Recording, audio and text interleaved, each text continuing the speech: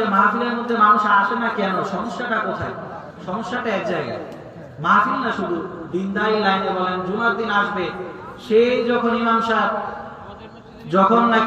ইমাম সাহেব নামাজে দাঁড়াবে, তাকবীর বলবে, তখন আসে, এর আগে আসে না। কারণ মানুষ বাকির খাতা পাইতে চায় না।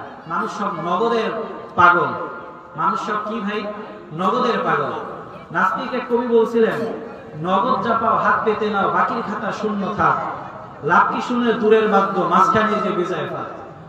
নগদ যা পাও তাই হাত পেতে নাও, মাঝখানে কি আছে না আছে, এই যে কবর, হাসর, মিজান, আখিরাত, এগুলোর কোনো দরকার নাই। নগদ কি আছে না আছে সেটা মানো। যত পারো, যত খুশি, যত ইচ্ছা নাচ গান ফুর্তি করে না, যত ইচ্ছা তত ব্যভিচার করে না। মানুষের সমস্যাটা এই জায়গায়, আমাদের সমস্যাটা এই জায়গায়।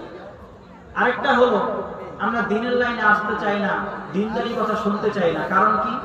খতামাল্লাহু আলা কুলুবিহিম ওয়া আলা সামাইহিম ওয়া আলা আবসারিহিম গিশাওয়া। আল্লাহ রাব্বুল আলামিন খতামাল্লাহু আলা কুলুবিহিম, কলমের উপরে মোহর মারিয়া দিছে। আল্লাহ রাব্বুল আলামিন কানের মধ্যে মোহর মারিয়া দিছে, মুখের মধ্যে মোহর মারিয়া দিছে, চোখের মধ্যে পর্দা দিয়া দিছে।